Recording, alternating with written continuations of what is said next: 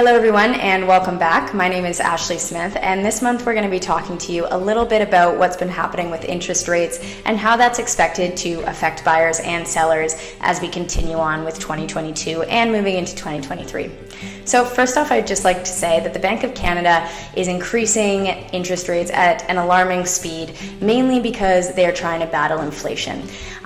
This is not typical. This isn't something that we've seen in the last couple of years, but they're trying to protect us so that there isn't a huge fall where many people are losing their homes because of interest rates rising at an even more alarming amount.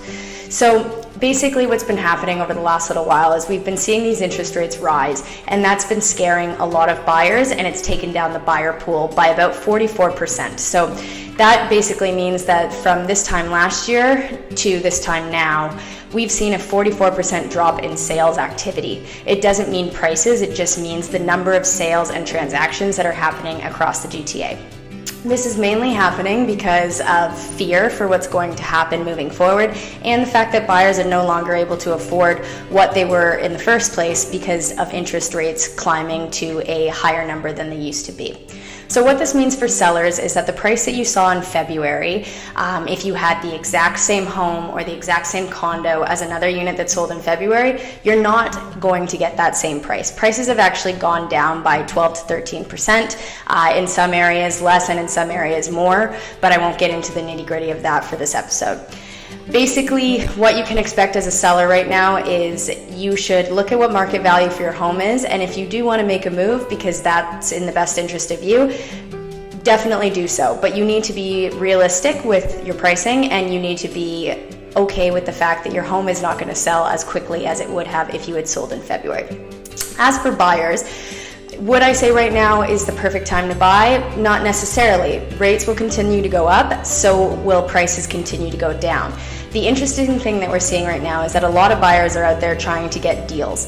This is not necessarily a deal time. You are getting places for less than they should go for, and a lot of sellers are nervous about selling and may sell to you at a lower price than they necessarily deserve. But I've seen a lot of buyers thinking that they can, for example, buy a $2.3 million house for 1.9. This isn't the case unless the sellers overprice the home.